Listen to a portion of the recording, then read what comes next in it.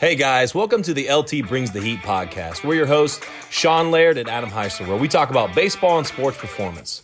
With topics ranging from coaching, business, and player development, our goal is to bring you a no BS approach to development in baseball and sports performance. Hope you guys enjoy. Let's rock and roll. Hey guys, welcome to another episode of LT Brings the Heat. We're your hosts, Sean Laird and Adam Heisler. We are going to cover some things today. We're going to talk about the MLB a little bit, talking about strikeouts being super high. Adam was just talking about this before we went on. But the main topic today that we're going to kind of cover is execution over excuses. And I've been hearing a lot of excuses from players. And this is, not just this year, but I'm hearing excuses over the years of coach won't play me because of this. I'm not given the opportunities I deserve. I'm not a relief pitcher. I'm a starting pitcher. And we're going to kind of cover these things so people kind of straighten out the right attitude and the right mindset. Because there's a successful mindset. There's a growth mindset that if you want to be successful in the game and in life that you need to have. And then there's the loser mindset and the person that woe is me, the victim mindset. And I'm not a fan of that mindset and I think most people would say they're not a fan of that mindset, but most people that listen to this might not be aware of when they kind of trickle into that victim mindset. And we're all guilty of kind of making this mistake and saying, well, I should do this, or I deserve this. And we kind of got to get that out of our vocabulary. And I kind of want to touch on that today and kind of go from there. But how's everything going with you, Adam? Everything's going great. We got playoffs starting up this week. So like we talk about all the time, there's nothing like playoff baseball, no matter what level you're at. So it seems like the intensity ramps up, every single out matters, every single at bat, every single pitch. So it's going to be fun to kind of keep up with the guys that we've been tracking all year to see how they're going to perform. I always talk about, I believe the best players perform when the lights are the brightest. And so it's cool to see maybe if they struggled this year, or maybe if it wasn't their best year, like that can all change by how you perform in the playoffs. Just like the other way around of maybe you had a really great year, but you get in the playoffs and you try to do too much or you tense up a little bit as opposed to just letting the game come to you like you have been all year. So advice for playoffs baseball is just compete every single pitch and get after it like you've been doing all year. Nothing changes. It's still the same game. These games just mean a little bit more. So don't leave anything left behind. Make sure you leave it out on the field. So that's where we're at. What about you guys? What's going on up there? Oh, man, we were just talking before, but LT squad had a PR record. We had 19 home runs this past week as a group, so it was really cool. Yeah, it was I know we were just talking before we came on, but it's like, man, it's going to be hard to keep track of this stuff. We're trying to maintain and do this, and I went to a lesson yesterday, and one of my kids had 2 bombs I didn't even know about this past week, and it's really cool to see the hard work on our guys pay off and all the work ethic and everything, and it's enjoyable to see. And getting those text messages, obviously, and as you know, Adam, getting text messages all the time, it gets exhausting. But at the same time, it's worth it in a lot of cases when you see some of the success and you see that the smile on people's faces and some of the clients, and they're achieving goals that they set themselves out to do. And it's really cool for them. You get that hard work, and you realize that hard work, correlates to success, and then they start correlating hard work to having fun. Hey, I enjoy the hard work. I enjoy the grind because this is going to be at the end of the street, end of the road for me. And it's really awesome to see. But yeah, it's right now, it's kind of crazy because we just had a couple of nice 60-degree weeks, and now we're about to go into 35 and 40s. So these guys, we might have a little pop, kind of hit the wall here soon with that 35-degree weather. I'm telling you, I saw the Royals game. They got snow today, so they're trying to decide if they're going to play it or not. I just can't believe that it's April 20th and we're still got snow going on. So it's crazy. Yeah, absolutely, man. It's I'm hoping after this next week or so, it's gonna warm up a little bit. But we were just talking last week, in Mobile, it seems like everything is kind of delayed. It seems like the cold lasts a little bit longer before the heat, and it seems like the same way here. Our first week of June last year. I think it was last year. We played a 45-degree game in June. Wow. And for Bulls, and we were kind of us coaches look at each other like, dude, what the hell's going on? Why is it 40? Oh, summer ball, yeah. Yeah, it's ridiculous. But well, man, so you were kind of dropping some knowledge on me. Why don't you kind of tell the listeners what you've been hearing when it comes to some of the data, when it comes to the strikeout ratio on some of the guys in MLB, and kind of what your thoughts are on it. Yeah, so I was reading something, I guess, yesterday, and it was just talking about how we're on pace. The Major League Baseball players are on pace to have the lowest batting average they've ever had, and ever since they've been playing MLB games. And also they're on pace to break the strikeout record. So instantly I try to think of it as a hitting standpoint, a hitting side of thing. We're both hitting instructors. Is what is the issue or what's the cause of this? And number one, I'm going to go to these pitchers are better than they ever have been, and they're learning exactly how they're supposed to pitch. And I think that's the craziest thing is you'll see these guys pull out scouting reports out of their back pocket, and it's telling them exactly what they think is best to do, kind of like a offensive coordinator telling the quarterback exactly what he thinks to do to beat this defense. So I think pitchers are executing better, and they're throwing harder, they're throwing nastier sliders. It's just overall the game has shifted where pitchers are dominating. But from a hitting side of things, I think we have lost the art of two-strike approach, two-strike hitting. I think we also the chase rate starting to really go up. I was watching Javier Baez Sunday Night Baseball, and his chase rate was out of control. They showed his chart that everything he swung at. And Ted Williams talks about this in his book, is the best hitters in the world swing at strikes. And so now we've got to dictate, know the strike zone and attack the strike zone very well. And so you don't just go up there playing the guessing game, because the last thing you want to do is play the guessing game against the best guys in the world. So it's tough because we are both hitting guys. We want to root for these hitters and say, hey, this is what they need to change or something that they need to be different. I think teams are selling out more for power, which is understandable because – hitting a 3-run bomb, maybe it was a walk, a bloop, and then on a 3-run bomb, now you're up 3-0, as opposed to hitting these singles and trying to single teams to death and get these guys to come around and score. It's just very unlikely these days that you're going to get 4 hits in a row. And I think that's why these teams are selling out on these hitters of, hey, okay, like I'm okay if you strike out 200 times, but I need 30 bombs from you. So it's kind of what do you want more situation? Are you still wanting to have your contact guys that put the ball in play? Are you wanting to have everybody needs to try to hit for power? I think teams just need to understand where they're at. And the best team in all of baseball right now is the Dodgers. And I think they do this better than anybody. Is Robert Vinskoyak, their hitting coach, puts together amazing plans for them. And just watching them, their at-bats are different than watching other MLB games. They have a plan. They go up there with their plan. They're still going to strike out, but they're going to have a plan of how to attack this pitcher. And I think we just got to get back to being competitive in a box and not being okay with not having a 2-strike approach. These guys are good enough. Shifts are another thing. These guys are good enough that if the guy's leaving the shortstop hole wide open, go ahead and beat the shift and do it a couple times, and maybe they'll quit shifting you, because it's just so frustrating to watch at night. These guys routinely hit ground balls to second base that's playing right field that are lefties, because that's what they're supposed to do, is pull the ball. So it's kind of hindsight 2020. We talk about bridging the gap, old school, new school. I just think we've got to get back to, maybe they didn't strike out as much in the old school, but they weren't facing the elite level pitchers. But I also think the old school guys definitely were more into contact, more into not striking out, more into putting the ball in play. I was reading, there was a scout the other night talking about this is the most he's ever went, like 1 inning, not hearing the crack of the bat, meaning people are swinging and missing. And it gets boring at times. Guys want to see offense. So the commissioner's trying to drop ideas on how to enhance offense in this game. I don't think it's to move the mound back. I just don't see what that's really going to help with. Change the mound height. We just got to find a way for these hitters to, I guess, buy into what they're really wanting to do. And maybe these hitting coaches are telling them, hey, we don't care if you strike out. And they are buying into it. You got to understand and see where you're at and know. I just go back to the Royals team that won it like 4 years ago. I'm not a Royals fan. I've brought up the Royals twice now. But what they won the World Series 4 years ago, they were the team that put the ball in the play the most. They ran, they were athletic, they stole. Like, you just don't see that happen much anymore. And it does get kind of frustrating. I love the long ball. We both love the long ball. We're having a competition about how many home runs our people are going to hit this year. But at the same time, you still have to manufacture things and make things happen and use your athleticism. If this guy, you drafted him because he ran a 6.2 60, let him run the bases because he runs a 6.2 60.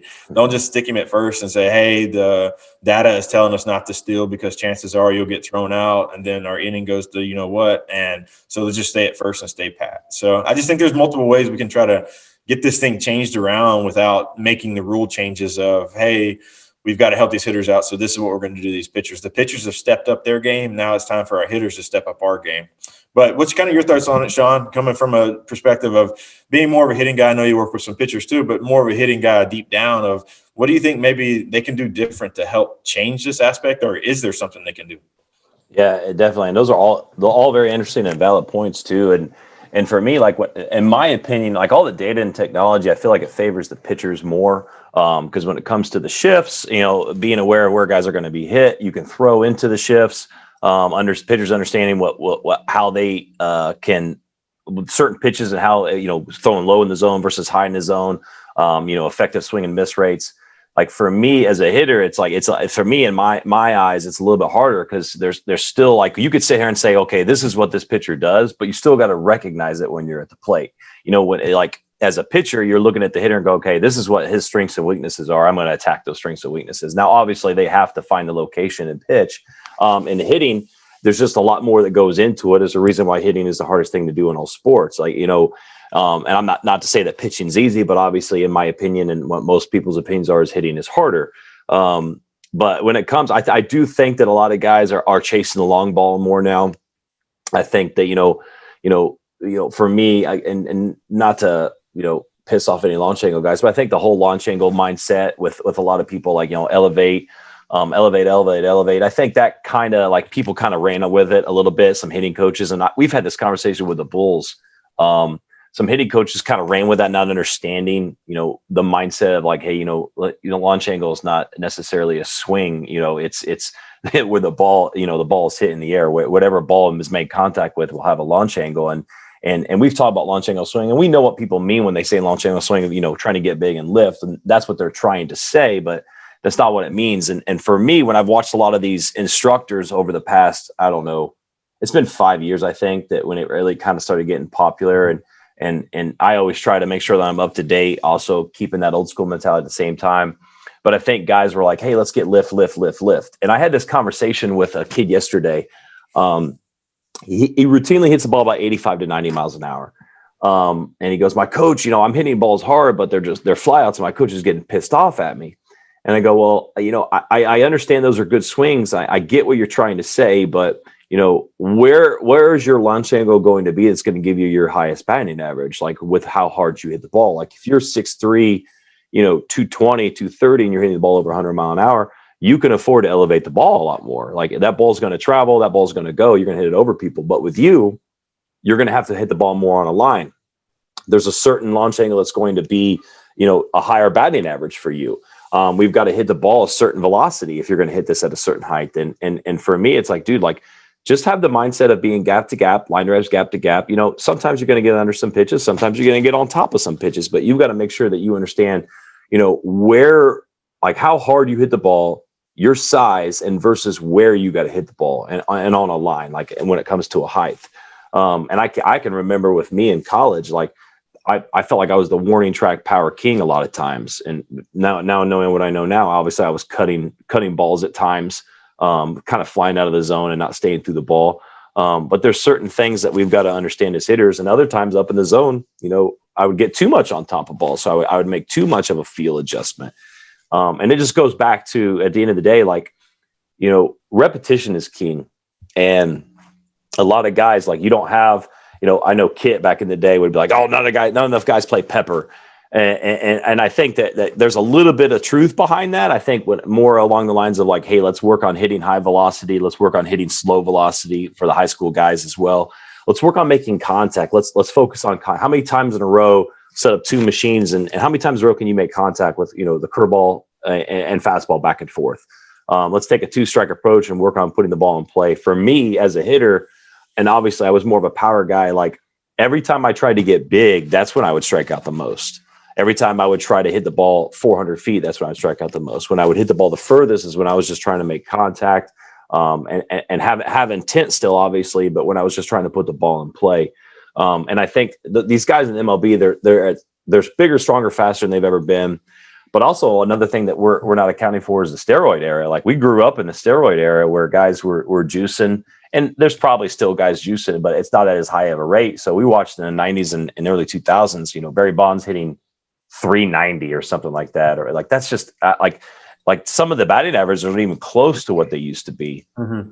And so there's going to be a drop off from that. It's going to be a drop off from the technology. And I think as we keep going, like, I think the most important things I think you hit on is the approach at the plate is going to be most important.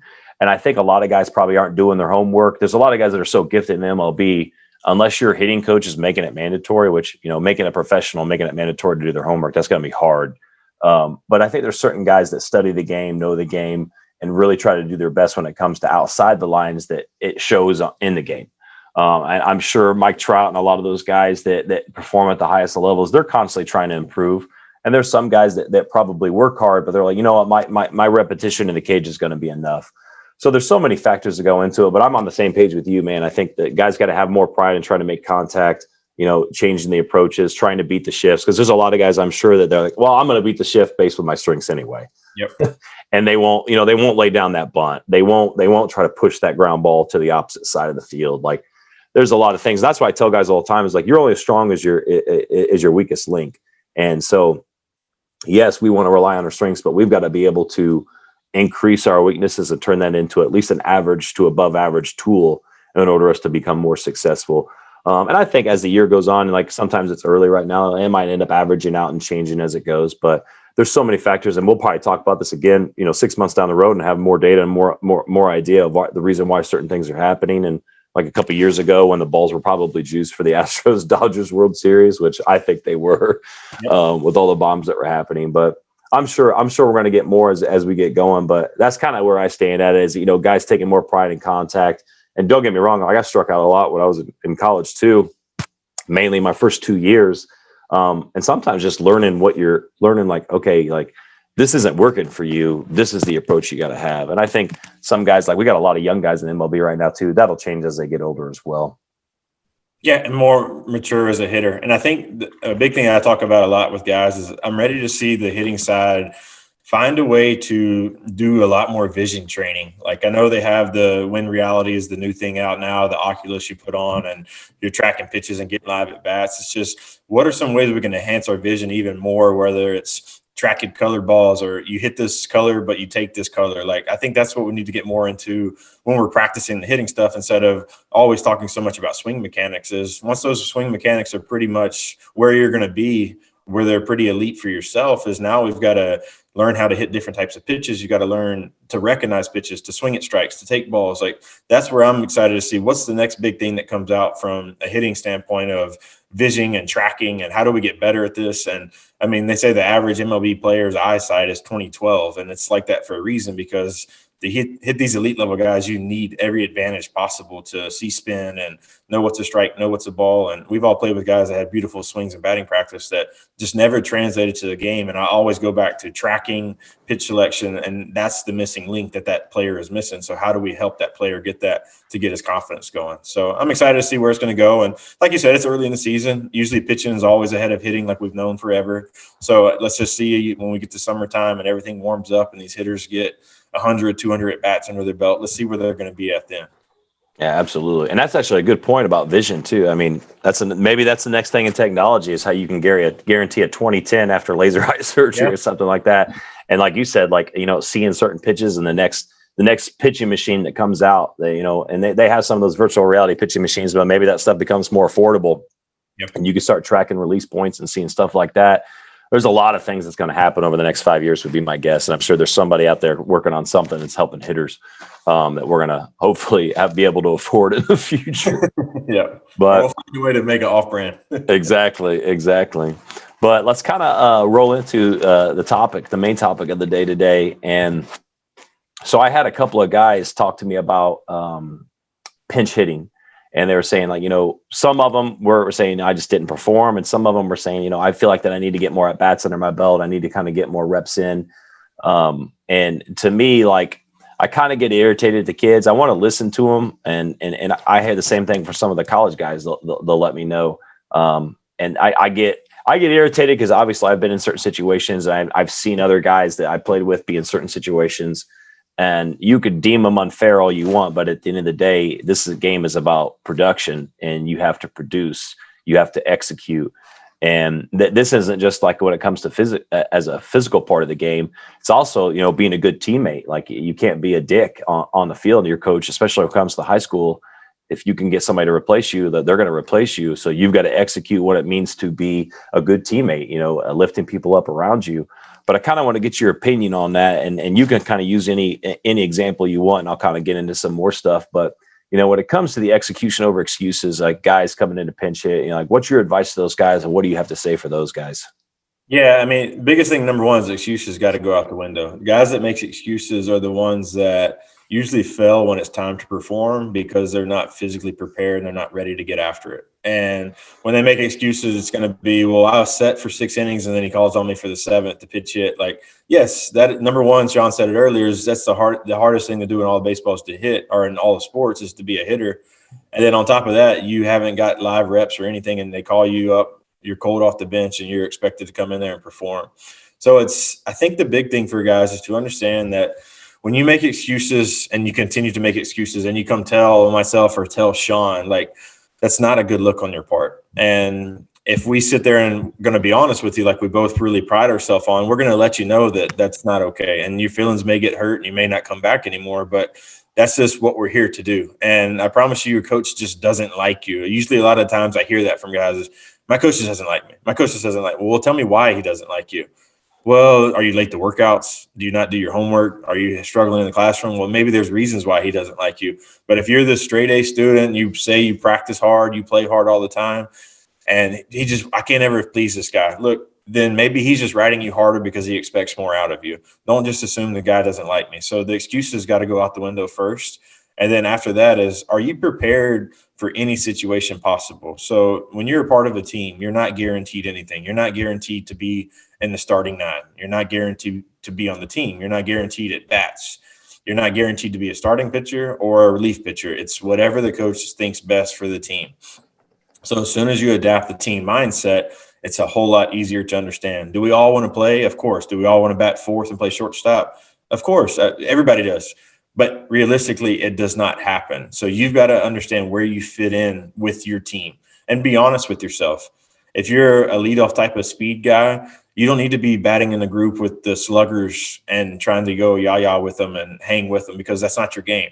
So an advice to you as a player is understand who you are, and then maybe pair yourself up with guys that have similar ability to you. That way y'all can work harder in the cage as well as BP. And you kind of have that setting of, I know my role on this team. Coach Kittrell always say is, who's my ants and who's my bulls? And I still kind of use it to this day, because there's some guys that are hybrids, is what he would talk about. You're ant / bull, so to speak. So you can run, you get on base, you hit hard line drives every now and then, you'll run into one. But it's just understanding your role and buying into your role. If your role is a 1-inning relief guy, then be the best 1-inning relief guy possible. And the more you go out there and succeed, the more chances and opportunities you're going to get. I think everybody just automatically assumes that, if that first lineup of the year is so funny, because everybody is so into that first lineup. What is it going to be? And then when they see their name not in the spot they want, they get extremely disappointed.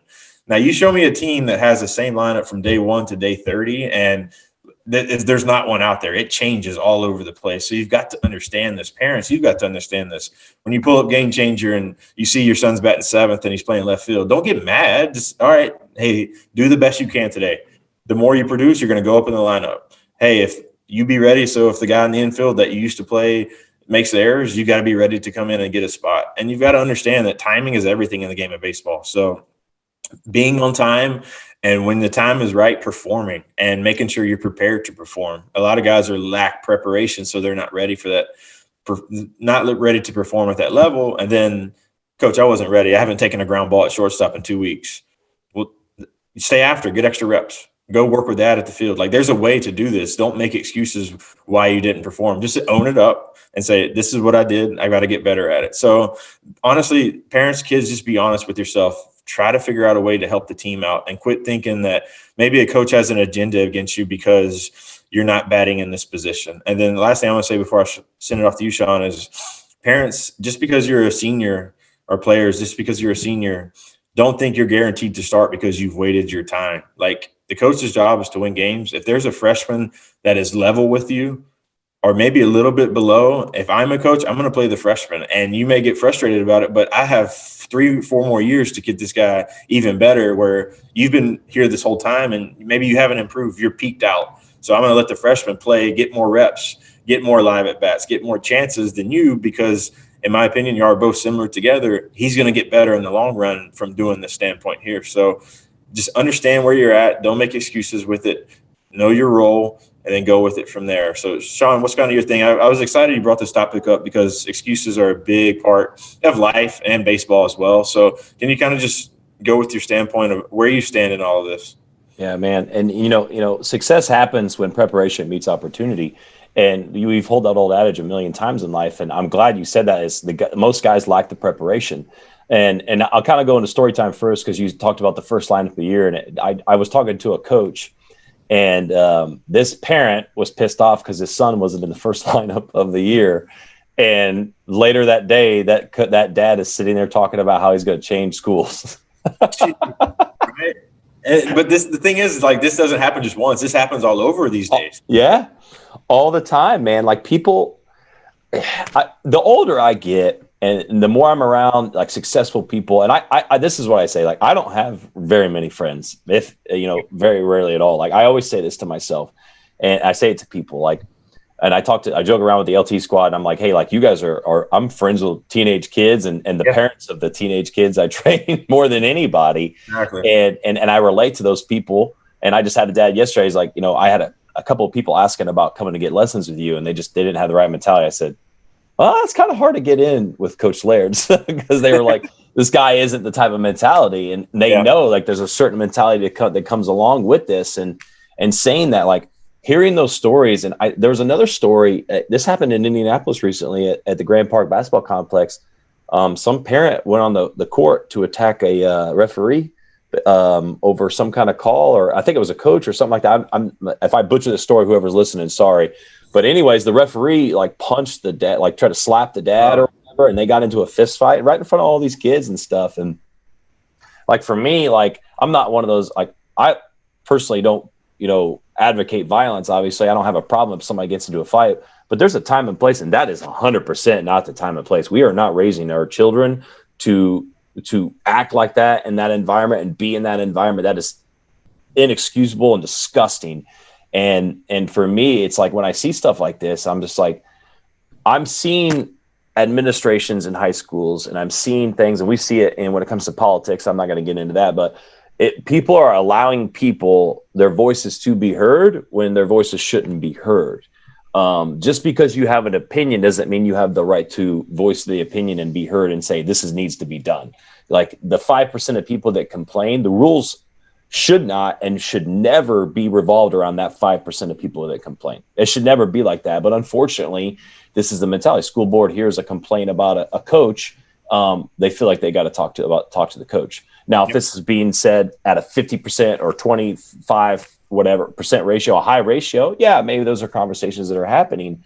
When it comes to administrator, obviously not from the parents, but we're listening to people voice complaints or upset about playing time or upset about this, and these excuses, it's just going through the roof. Well, this coach has it out for me. I talk to parents sometimes, and you would think that they think the whole world is out to get their kid. Mm-hmm. And it's like, dude, nobody cares. Like at the end of the day, and I will say this, like at the end of the day, nobody cares about you. Like nobody gives a shit if your son is, like if they're going to try to prevent him from achieving his goals and happiness. At the end of the day, 99% of people just care about themselves. They want to make sure that they're successful. They want to make sure they take care of themselves. Like if they're a head coach, they're just trying to win ball games. If they're a player, they're just trying to be successful on the field and play every game.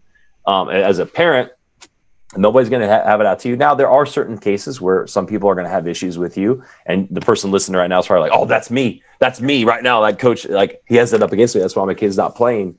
And like when you talk about the preparation, so as a parent, like I'll address the parent side first. If your kid is not performing, if your kid is a pinch hitter, or if he's a relief pitcher and you think it should be a starting pitcher, you think kid should be in the starting lineup, this is what you need to say. You need to say, earn it, period. Earn it. It's not my decision. It's not my choice.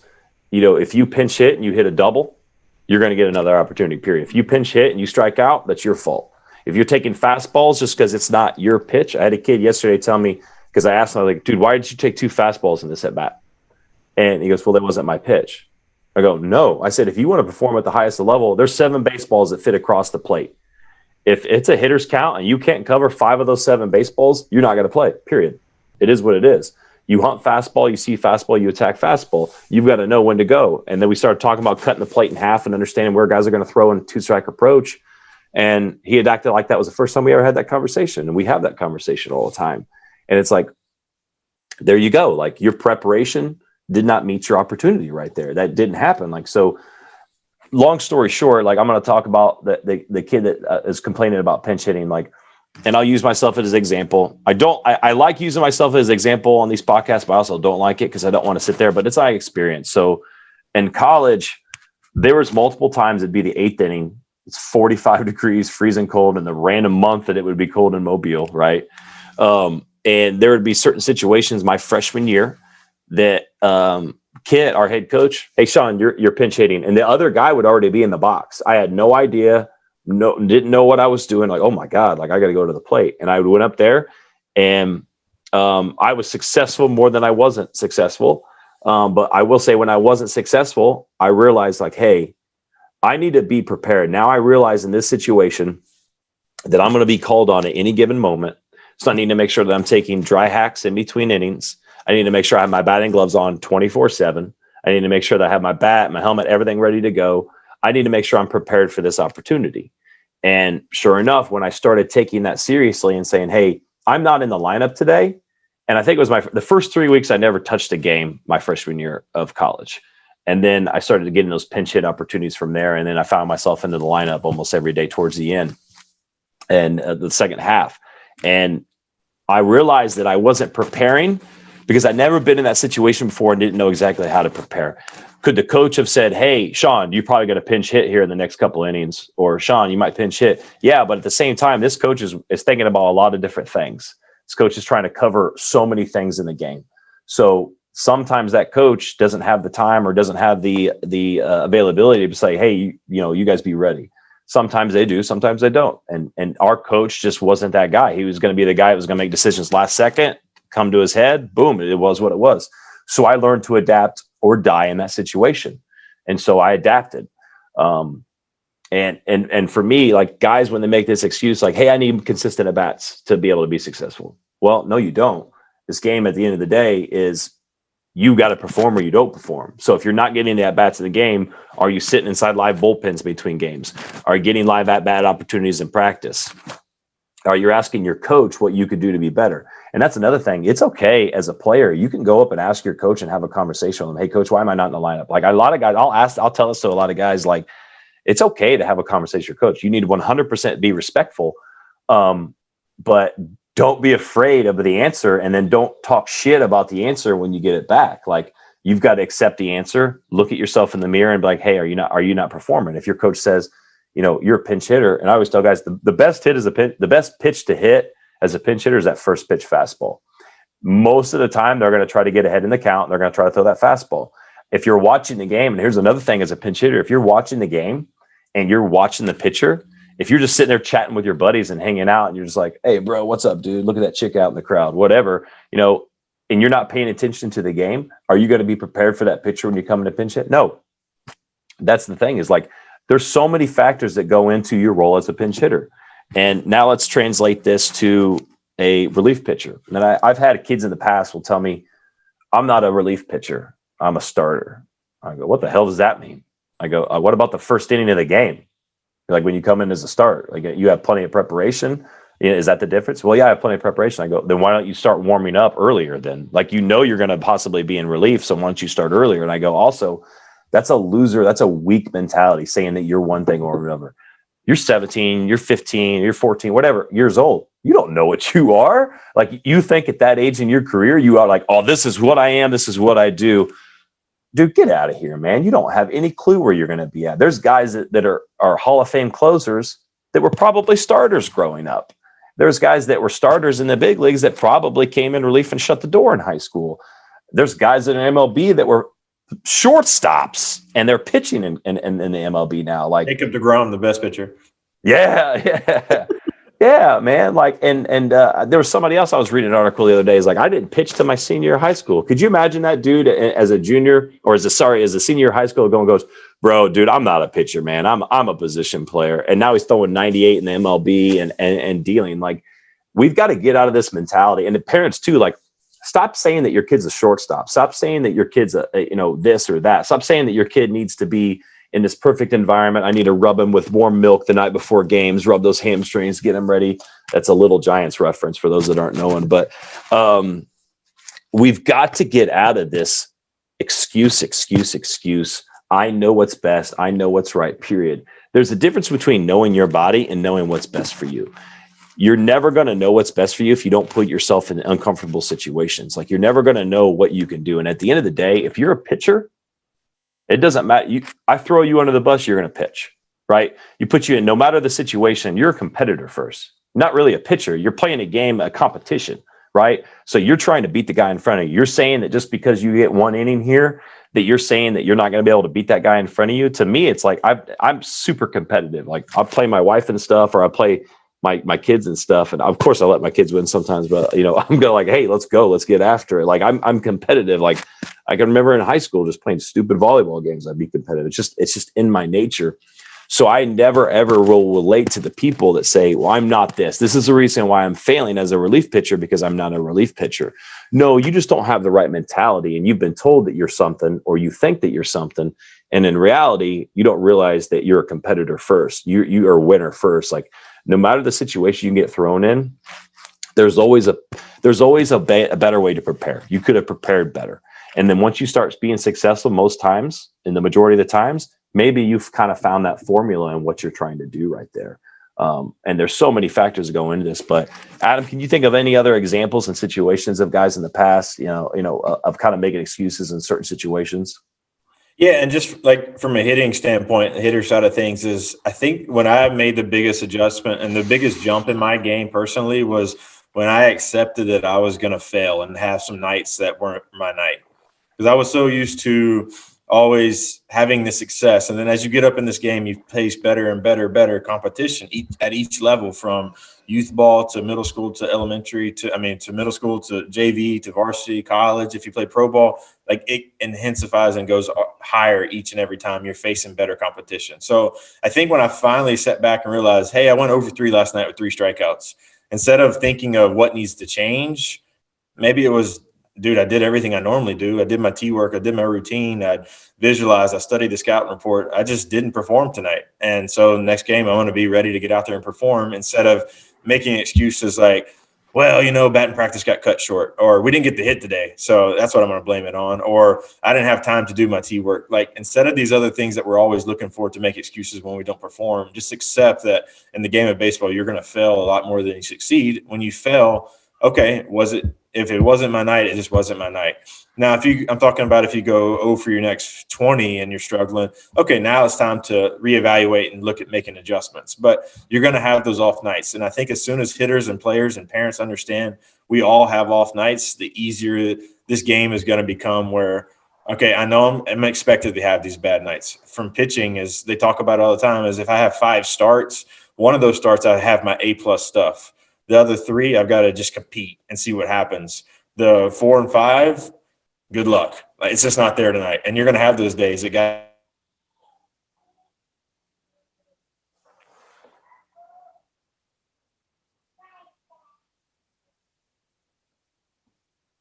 But Sean nailed it with the pitch hitting standpoint. Is it drives me nuts. So the coach is letting you pitch hit because he wants you to make a difference in the game, or he thinks you can make a difference in the game.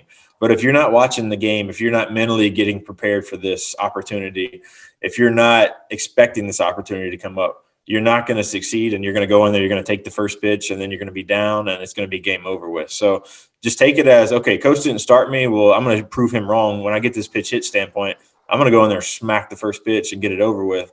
And don't try to do too much with this first pitch. Make sure that you understand exactly what is going on and where the game's at. What is your job to do? He may pitch hit you to get a bunt down because there's a guy at first or second.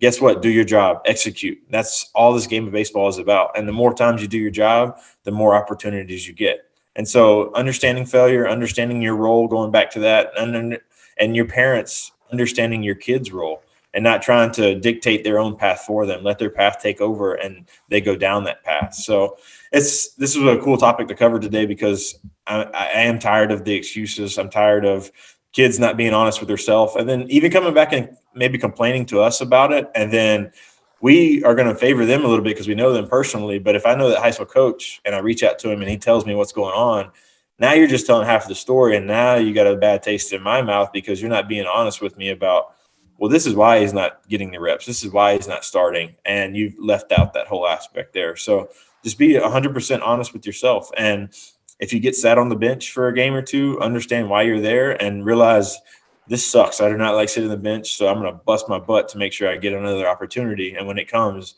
I'm going to be ready for it, instead of pouting and complaining and be like, well, he's stupid, he shouldn't have set me. To show him, I'm going to leave right when practice is over. I'm going to not do the extra stuff just to prove him and be like, yeah, you messed up.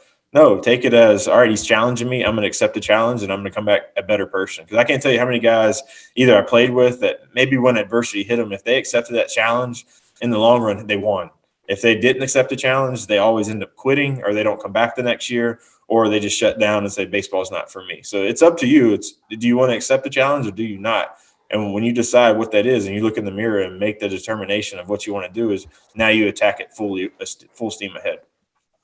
Yeah, absolutely. And when it comes to those guys, like maybe you're not in the lineup because, you're a baby and you're a horrible teammate sometimes. And like you were saying before, like, if I have a freshman who's on par talent-wise with a senior, and this is something that parents get thrown fits about, it's like, well, our kid's a senior, he deserves to play. Your kid doesn't deserve anything. You don't earn stripes just because you're there for a long period of time. Does your coach probably trust you when you're a little older? Yeah, the coach is probably going to trust you a little bit more and trust your experience. But just because you've been there doesn't mean that you're guaranteed a starting spot. And the coach is looking at this long term. And this is something that is very, like, when I get on kids in the summer, and sometimes kids, they'll take it like a man, they'll do it right. And sometimes parents get pissed off and kids get pissed off. There's a small mindset, and then there's like I was saying before, there's the growth and long-term mindset. People look at it right now like, oh my God, this coach is getting on me. Not realizing that this coach is getting on you right now, or this coach is teaching you right now because he sees growth for the next 4 years or the rest of your career. What he's doing right now is going to help you 4 years down the road. The discipline that Coach Laird is trying to teach you right now is going to help you 4 years down the road. All a parent sees is like, oh my God, the coach is getting on my kid, blah, blah, blah, blah, like whining and acting like a baby about it, just because it hurts their ego and it hurts their feelings, not understanding that, accountability is the utmost respect in the world, period. And those freshmen, like that coach, is looking long-term. Decisions are made to affect long-term programs, and the good coaches affect the long-term growth of the individual, of the person. And so, and you brought up the fact about, the coach and the player. Why am I not playing? And I specifically had a conversation with a coach recently. Is like, when the kid's not playing, he's a turd. Like, he acts like a baby. He whines and pouts and stuff. And that's a big, big, big thing. Like, I don't expect players, if they're not in the lineup, to be happy. I was never happy when I wasn't playing, but I didn't want to pout and act like a little baby. And that's the thing, is like, when you act like a baby and your body language is bad, listen to this. If anybody's listening to this podcast and you don't take anything away from this, it shows how weak you are. It shows weakness. It shows that you're soft. It shows that, like, little things can affect your personality. Little things can affect your character. Little things can affect how you act. If words can affect you, you are easily controlled. If a lineup can affect you, you're easily controlled. You've got to see the long term and things, and stop seeing right now and see what can happen if you conquer the adversity long term, or why you're put in this situation, or why you're not playing. And take extreme ownership. Like, take ownership over everything that you do. Like, okay, I've done this right, this right, this right. Well, I did do this wrong. Well, that's an excuse. I had a kid that told me he dropped a fly ball in the outfield. And I go, what? So you dropped a fly ball in the outfield? I said, no big deal. I've missed, in front of 6,000 fans at Ole Miss, I missed a fly ball and saw a bunch of beer grub. It happens, man. And I missed it. I had no excuse. It is what it was. I lost it in the lights, overran it, missed it. I could sit here and say, well, dude, I lost it in the lights. I missed it. Well, no, I should have read it better. It is what it is. As you know, Adam, that's embarrassing as hell. But at the end of the day, if you take ownership over it, then you're going to start doing the things outside in a practice to help you with that. And understand, okay, well, I need to work on this ball in the lights situation late at night. It's hard to see. I need to work on that. This kid told me, well, I caught it and then I dropped it. So he's immediately making an excuse, like, dude, shut up, man. Like, you dropped the ball. Like, I had no issues with you dropping the ball. I was just curious about it. And now I have a problem because you're sitting there saying that you caught it and then dropped it. Like, did the umpire count it as a hit or not? Or did he count it as an error or not? Count it as error. I dropped the ball. Then shut up, man. Like face it. It's so many people are so afraid to admit fault. So many people are afraid to be disciplined and be, somebody hold them accountable. just because of the ego. Like, we got to stop with the ego. Like, I have a big ego, but I also have a lot of humility at the same time. And that's the fine line. Like, a lot of people talk about being humble, and humble is the right way. I disagree. I think humble and, confidence is the right way. Confidence and ego go hand in hand for me. Like, I think you got to have a cross between both, because you got to have confidence that you can do everything. And those are the most successful businessmen, like those most successful people that are on the baseball field. Like, they have the utmost confidence in the world. Like you were saying, Adam, just because you went 0 for 3 doesn't mean you suck. Just because you 0 for 3 doesn't mean you're going to blame your hitting coach or blame this or blame that. Like, I got another kid who will text me every time he has an off game. And like, dude, like, relax, man. Sometimes you just have an off game. Like, oh, my hand, I'm having trouble with my hands with live pitching. I go, dude, you hit a home run 2 days ago, and today you go 0 for 3 with a couple of groundouts, and all of a sudden you have a problem. Like, sometimes you just didn't make the adjustment. You just didn't perform. It is what it is. It doesn't mean that you need to, freak out and change everything. No, it's like, stop making the excuses. Start saying, I either need to perform or not perform, and I need to learn from every failure is a chance for me to learn. Period. And that's kind of how I want to end with that, and kind of finish from there. Is there anything you want to add right there, Adam? Yeah, I would just say, if coaches are listening to this, or even parents, just have these conversations with your kid, like if they're not in the starting lineup, and talk with them after the game. But you got to know how to approach it. Don't come at them of a standpoint like, you're pissed off, why aren't you playing? Just see if they really understand why maybe they're not getting a chance. One thing I prided myself on last summer was I approached some guys that maybe weren't getting in the lineup, and just kind of sit in the dugout with them, and it's like, hey, why do you think you're not in there? And there were great conversations, because most of the kids understood why. It was the ones that were like, I don't know, that it's like, okay, you don't get this. It's the ones that understand, coach, I'm not performing right now. Okay, now we can be honest with each other, and what is the adjustment we need to go to make you perform? Are you working hard enough? Are you putting in the extra reps? And it's cool to see the guys we coach in the summer, because these are the best players from their high school teams are all playing on one team now. And so maybe when they were in high school, they got away with crap because they were the best player. Now, when they're around alpha males just like themselves, is they either have to step up their game, or they can't get away doing the just to get by stuff that worked in high school. I've got to go above and beyond if I want to be in that starting 9 against the best teams on the field and be with the best guys. And so parents, have this conversation with your players after the game is, hey, Joe, why don't you think you didn't play today? And if they come back with, coach doesn't like me, say, no, let's really evaluate this. Is the guy in front of you better? Is he producing? Did you not produce? Are you struggling? Are you working hard enough? Let's look at that side of things before we want to sit here and just blame somebody else. Absolutely, 100%. And I'll end with a story real quick. Maybe this will help somebody out, but I was talking about my freshman year of college, but my freshman year of high school, I made varsity. I thought it was really cool, awesome, obviously. I was like, yeah, man, this is awesome. And we got to the first game. I didn't play. I went home and said, man, this sucks, man. I just sat there for 7 innings. I didn't play at all. Do you know what my dad said? Nothing. Didn't say anything, and my dad's competitive as all get out. And a couple more games went like that. That following weekend, that shortstop was struggling. I had an opportunity to play, and I had 2 doubles off the wall. From then on out, I got opportunities to play, and I was starting every single game from there. If I failed right there and I missed, and I was over 3 with 2 Ks or 3 Ks or whatever, would I have expected to be in the lineup? Hell no, I wouldn't have expected to be in the lineup. Does it mean that I would have been happy for sitting? Hell no, I would have been happy for sitting. But we've got to understand that if we don't meet those expectations and we don't reach those expectations, we're not going to get what we think we deserve. We've got to perform when the lights come on. And like you said, Adam, the best players in the world, playoffs starting in Alabama, those guys are going to perform when the lights come on. And you can sit there and use that as an example and it'll help motivate you, or you can use yourself as an example. Adam's conquered a lot of adversity himself as well. There's so many things that go into the game. Your confidence is built from that preparation and those situations when you perform under the clutch. But if you guys enjoyed this episode, please leave that 5-star review. Really enjoyed this one. And until next time, we'll see you guys later.